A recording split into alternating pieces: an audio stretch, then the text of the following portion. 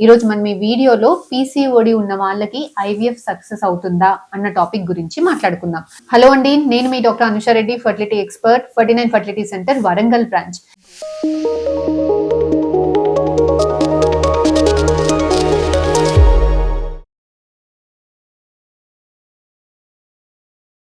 చాలా మంది females PCOD ఉన్నప్పుడు చాలా టెన్షన్ పడుతుంటారు. మేడం మాకు పీసీఓడి ఉంది కదా, న్యాచురల్ గా ప్రెగ్నెన్సీ వస్తుందా, లేదంటే పీసీఓడి ఉన్నప్పుడు అసలు అబార్షన్స్ కి ఎక్కువ స్కోప్ ఉంటుందా, ఐవీఎఫ్ చేసుకుంటే పీసీఓడి ఉంది కదా సక్సెస్ అవుతుందా అని చాలా క్వశ్చన్స్ అడుగుతారు.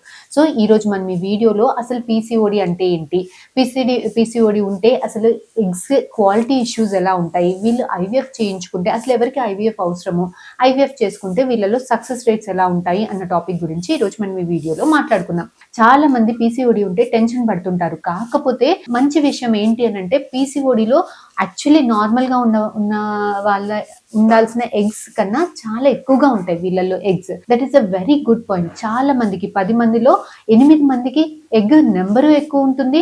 ఐవీఎఫ్ చేసినప్పుడు సక్సెస్ రేట్స్ కూడా ఎక్కువగా ఉంటాయి.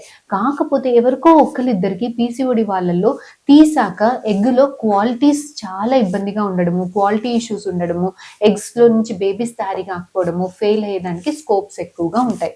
కాకపోతే ఇలాంటి వాళ్ళని మనం ముందే ఐడెంటిఫై చేయొచ్చా, ఐవీఎఫ్ స్టార్ట్ చేసే కన్నా ముందే ఇలాంటి బ్యాడ్ ప్రోగ్నోసిస్ పేషెంట్స్ ని మనం ముందే ఎలాగ ఐడెంటిఫై చేయాలి, ఇలా ఉంటే ఎటువంటి జాగ్రత్తలు తీసుకున్న తర్వాత ఐవీఎఫ్ ప్లాన్ చేసుకోవాలి అన్న దాని గురించి మనం ఈ వీడియోలో మాట్లాడుకుందామండి.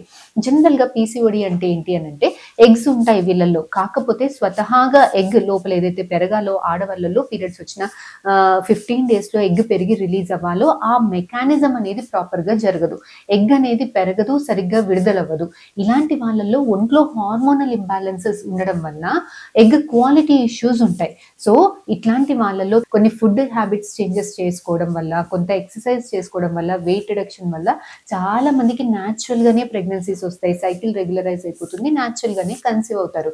చాలా కొంతమందికి ఐయుఐ అవసరం పడుతుంది, చాలా కొంతమంది మటుకి ఐవీఎఫ్ దాకా అవసరం పడుతుందండి. కాకపోతే ఐవీఎఫ్కి వెళ్ళే వాళ్ళల్లో మీరు గమనించుకోవాల్సింది ఏంటి అని అంటే సీవియర్ పీసీఓడి అంటే వీళ్ళల్లో బాగా లావుగా ఉండడము, మొహం మీద పింపుల్స్ చాలా ఎక్కువగా ఉండడము, అన్వాంటెడ్ హెయిర్, మగవాళ్ళలాగా హెయిర్ ప్యాటర్న్ చాలా సివియర్ గా ఉండడము, మెడ దగ్గర నల్లగా అవడము, పొట్ట దగ్గర లావుగా ఉండడము, ఒబేస్ గా ఉండడము, స్కాన్ చేసినప్పుడు ఓవరీస్ లో స్ట్రోమల్ థిక్నెస్ చాలా ఎక్కువగా ఉండడము, ఫాలికల్ సైజెస్ చాలా చిన్నగా ఉండడం, డెన్స్ పీసీఓడి, థిక్ స్ట్రోమా, ఇలాంటి వాళ్ళల్లో హార్మోనల్ ఇంబ్యాలెన్స్ ఎక్కువగా ఉండడానికి స్కోప్ ఉంటుంది. సో ఇలాంటి వాళ్ళల్లో హార్మోన్స్ వల్ల స్కిన్ మీద కానీ ఎలా అయితే ప్రభావం చూపిస్తుందో అలాగే ఎగ్స్ మీద కూడా ప్రభావం చూపించి ఎగ్ క్వాలిటీ ఇష్యూస్ వచ్చేదానికి స్కోప్ ఎక్కువగా ఉంటుంది.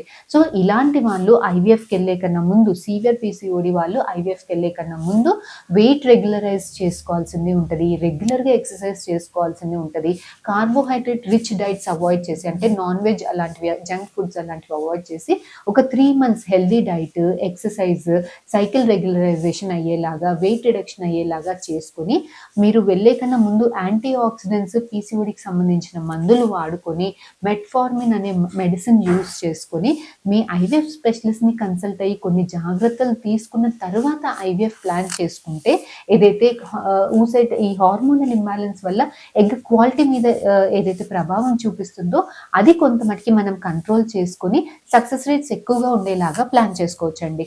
ఫర్దర్ గా మీకు ఇంకేమైనా డౌట్స్ ఉంటే please do comment in the comment session or please get back to us. We'll definitely help you out. Thank you.